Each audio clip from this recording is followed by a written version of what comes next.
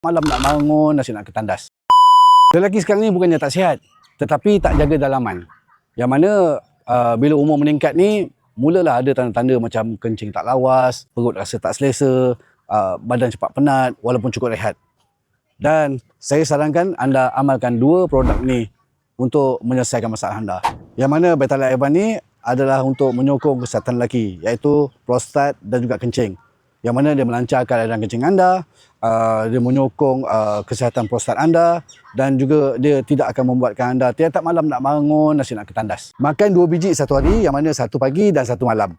Tetapi secara konsisten untuk mendapatkan hasil yang optimal. Dan Levadran pula dia fokus kepada hati dan juga buah pinggang, organ penapis badan, yang mana dia menyokong untuk membuatkan kita tidak dalam keletihan, sokong untuk fungsi hati dan juga buah pinggang, dan bantu buang toksin dalam badan. Dalam badan kita ni semuanya terkait. Kalau dalam kita tak jaga, luar pun turut terkesan. Dan cara amal pun sama juga.